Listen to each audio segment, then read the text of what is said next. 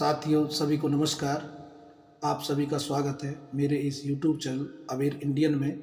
सर्वप्रथम भारत के समस्त नागरिकों को सामाजिक, आर्थिक एवं राजनीतिक क्षेत्र में समान अधिकार दिलाने वाले बोधिसत्व भारत रत्न बाबा साहब डॉक्टर भीमराव रामजी अंबेडकर जी के चरणों में कोटि कोटि नमन। साथियों, भारतीय संविधान के विषय में आज मैं कुछ बताऊंगा कि भारतीय संविधान पर विद्वान लोग क्या कहते हैं, उनके क्या विचार हैं, ये आप ध्यान से सुनिए। सर्वप्रथम माननीय श्री एस कपाडिया, पूर्व मुख्य न्यायाधीश सुप्रीम कोर्ट भारत सरकार, क्या कहते हैं संविधान के बारे में। भारतीयों को अपने नागरिक अधिकारों को जानने के लिए संविधान का अध्ययन करना चाहिए। अगर आप संविधान को पढ़ लेते हैं तो आपको धार्मिक किताबें पढ़ने की कोई ज़रूरत नहीं है। आप संविधान में ही भगवान पा सकते हैं। संविधान का ज्ञान प्राप्त करना बाबा साहब डॉक्टर भीमराव अंबेडकर जी के लिए वास्तविक श्रद्धांजलि होगी। साथ ही माननीय श्री रामचंद्र लाहौटी, पूर्व मुख्य न्यायाधीश सुप्रीम कोर्ट भारत सरकार, कहते हैं संविधान सभी धर्मों का धर्म है।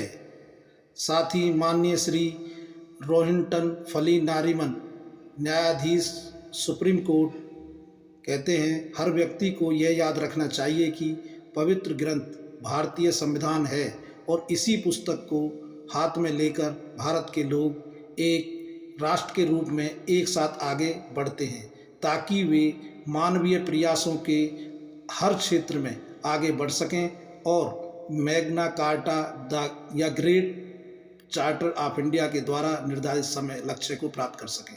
साथ ही श्री वेंकट रमन रामकृष्णन, नोबेल विजेता, कहते हैं भारत को जिन बातों पर गर्व होना चाहिए उनमें से एक यह है कि इसके पास अत्यंत प्रबुद्ध संविधान है।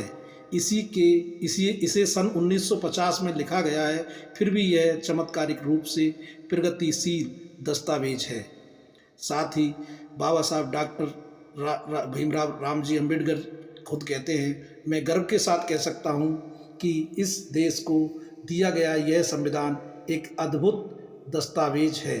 ऐसा केवल मेरे द्वारा ही नहीं कहा गया है, बल्कि कई लोगों द्वारा, संविधान के अन्य विद्वानों द्वारा भी कहा गया है।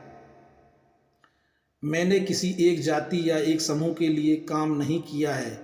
जिन्हें मुझ पर भरोसा नहीं है वो संविधान पढ़ें। मेरे जाने के बाद ये मत समझना कि मैं मर गया।